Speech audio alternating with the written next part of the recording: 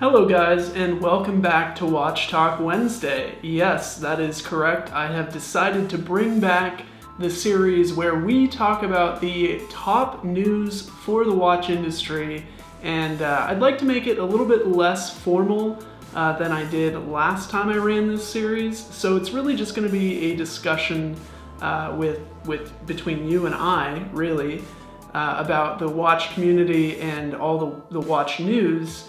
And it's gonna be good.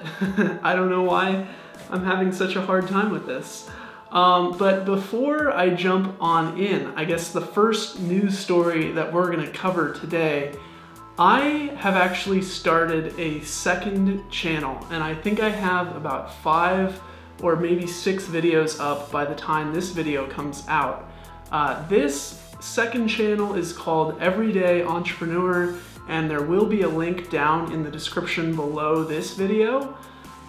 So you should definitely go check that out. Basically, in this second channel, it's kind of like a daily vlog behind the scenes of how I'm running Perfect Timepiece, although it is a little bit more business oriented. So if you're looking for more content just from me, or you're interested in daily vlogs or business, then you should definitely go check that out. I think that I've come up with some pretty decent content so far. But yeah, let's jump right on into Watch Talk Wednesday. I'm so glad to be back. When the new year starts, we're gonna have season 2 of Watch Talk Wednesday, which is kind of like mind-boggling to me that I've been doing this for so long at this point. But basically, the first story we're gonna be talking about today, we have the hands-on with the Oris Big Crown 3 Advanced Day Date in Gunmetal Gray. This is an article by Worn and Wound. And the reason why this kind of stood out to me, I think this is a very militaristic looking watch, something for, you know, maybe those more outdoorsy types of folks would like it, or, you know, here, let me just show you the photo that caught my attention here. So this right here really caught my attention, the really angled and sharp case design here. And if I go back, if I look at this crown, it has a very nice signed crown. I think this watch retails for just about $1,500. Now it does have this Salida movement inside of there, but if we look actually down in the picture here, I think it is a pretty nice movement.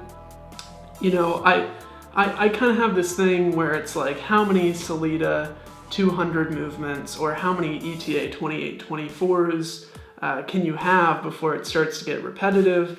But I do think that this has a very interesting kind of style to it. It feels very much like a military watch, even though it has some, you know, flight elements to it. So honestly, like if you're in the Air Force or you like helicopters or planes, I do think that this is a pretty good watch for you to check out. One thing in the article, they note that it is gray instead of PVD. Personally, I'm not a big fan of PVD.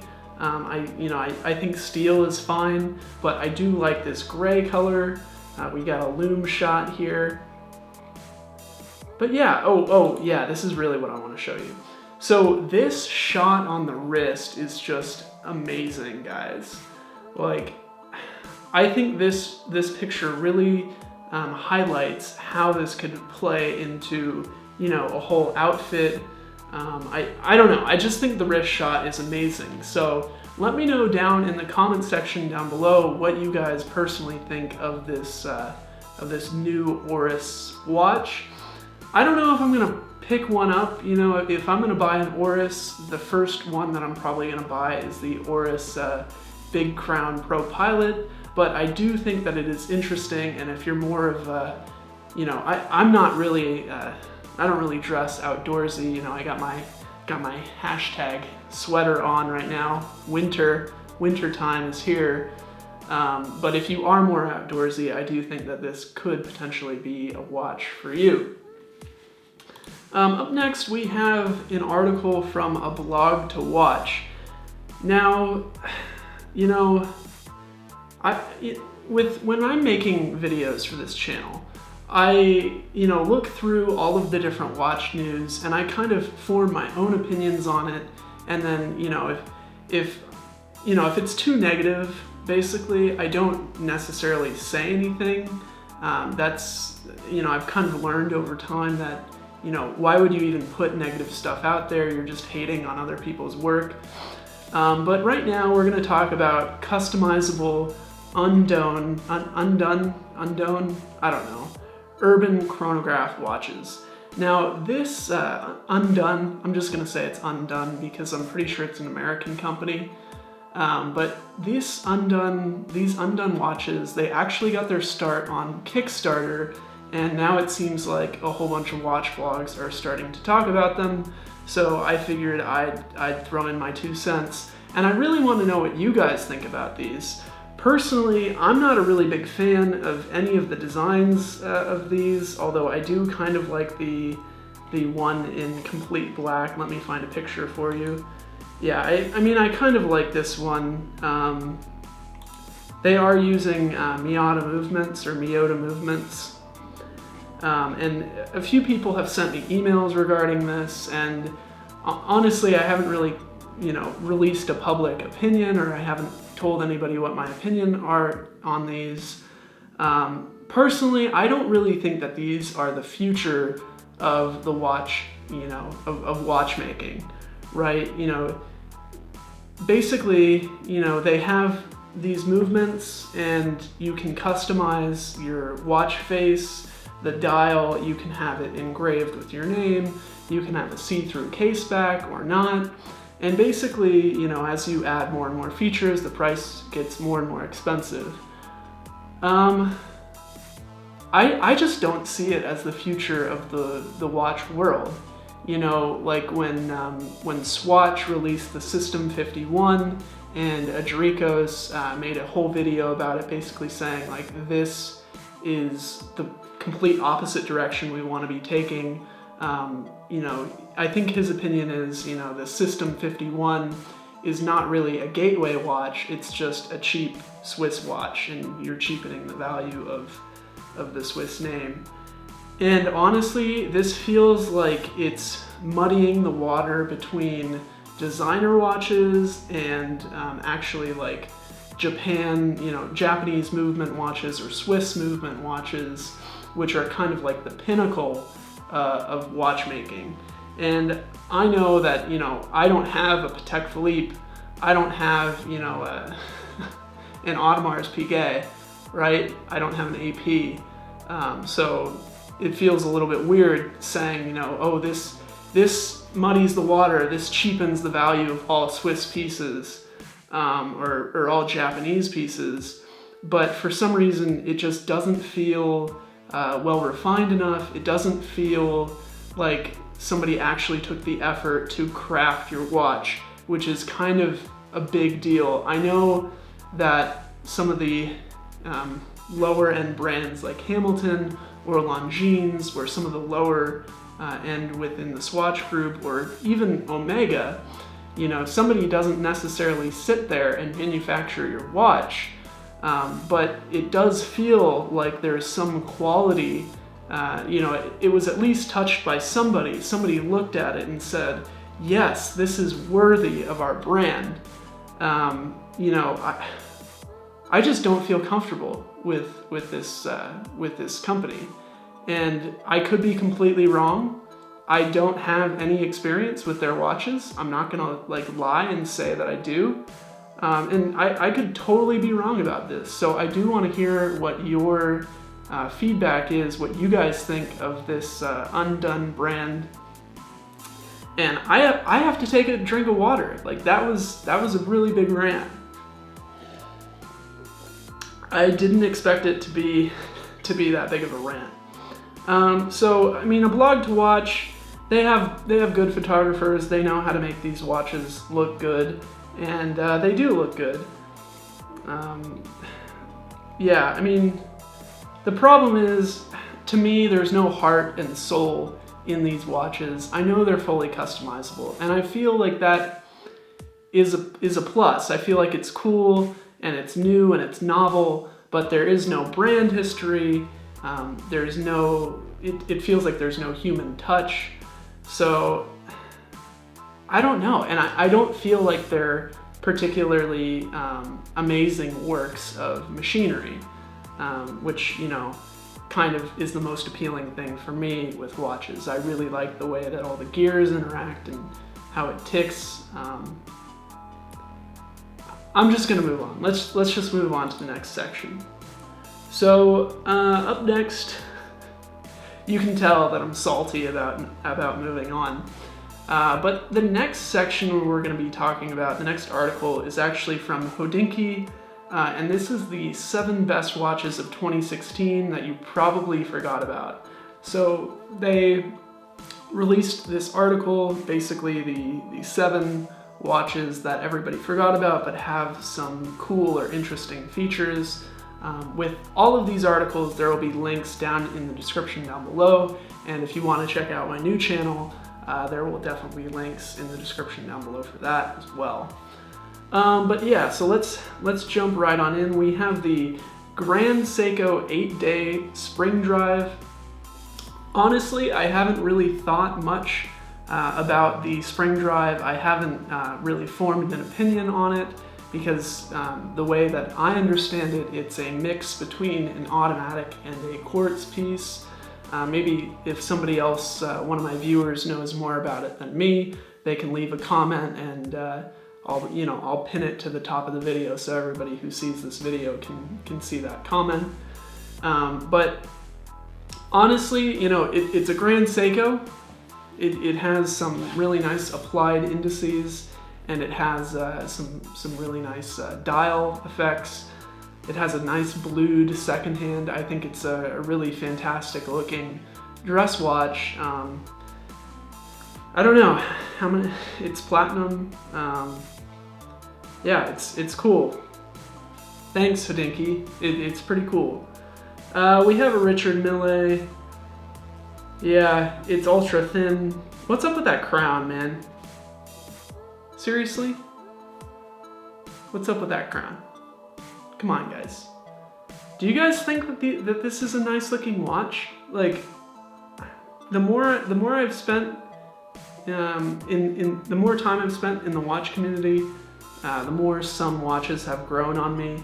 But Richard Mille's I've never really appreciated. I guess I can kind of see the inner workings of the watch a little bit there, but I don't know, I don't like it. Yeah, so then we have a new offering from Longines. I've actually been meaning to make a video about Longines for a long time. Honestly, I am pretty disappointed in the brand. I think that they are having a pretty big identity crisis, and they don't, you know, they haven't really offered any pieces recently that I'm super excited about. You know, I know some people like the Hydro Conquest, and I think there are a few watches that they offer that are on the edge, are on the fence to appealing to me. And, you know, they don't just have to appeal to me. You know, I understand that the company isn't just run to appeal me, but I don't know, I don't really like the design of this watch either. It's the Longines Railroad, and the article goes on to talk about how Longines is going back to their roots, and that's cool. Honestly, I probably would have liked it more if they removed the inner dial of numbers and replaced that 0 with a 12. Maybe that wouldn't be a railroad watch, but I don't know. I don't really care. I don't even know what a railroad watch is. So this is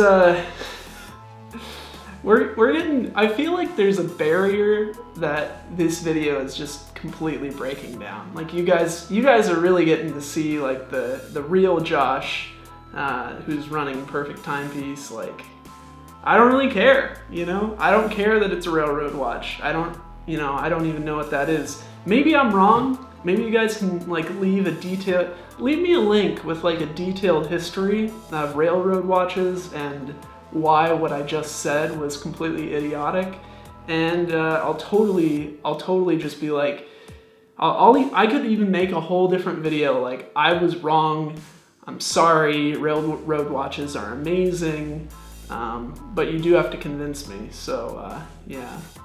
Up next we have the Patek Philippe Reference 5327.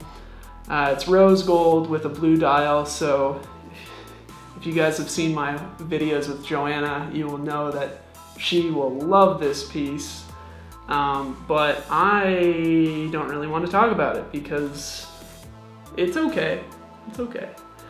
Up next we have the Audemars Piguet, or Piguet, it's AP, okay? It's an AP, and it has a nice skeletonized front, and I don't know if the case back is see-through, but I would hope so. It's a nice watch. It probably costs more than the house that I'm recording this in, but yeah, it's a nice watch. I'd love to have it one day. Maybe if I, you know, found the next Facebook. Is that proper grammar? I don't know. Why do they love it? Let's see. This new Royal Oak has the classic shape that we know and love. Blah blah blah. It has a nice caliber, finishing, and improved accuracy. Okay. Cool. Is it worth a house? I don't know. Okay, up next we have a really ugly watch. I'm sorry. It's the Rolex Daytona Reference 116508 in yellow gold with a green dial. Yellow and green, just never really, I don't really like that color combination. I'm sure my girlfriend, if she's watching this, which she probably isn't, but if she's watching this, she would probably say, you know, oh, it would go great with your skin tone, but I don't like it. I think it's ugly, and that's just personal taste. Rolex Daytonas, I think they're beautiful watches, but this particular one I'm not impressed with. I wouldn't buy this one. So Hodinky, what are you doing? Get your stuff right. Okay, this one. I'm excited about this one. And let me tell you the reason why I'm so excited. So my father is a pilot, and one of the things, I actually just took him into a watch store yesterday, and he was like, oh yeah, these watches are kind of cool. You know, we were looking at some Bell & Ross watches, and he said, oh, these look like old instrument panels from cockpits. And he thought they were cool, but you know, he couldn't really justify spending, you know, thousands of dollars for something that just told the time. But this watch is actually really interesting. It's the IWC Pilot's watch time zoner chronograph.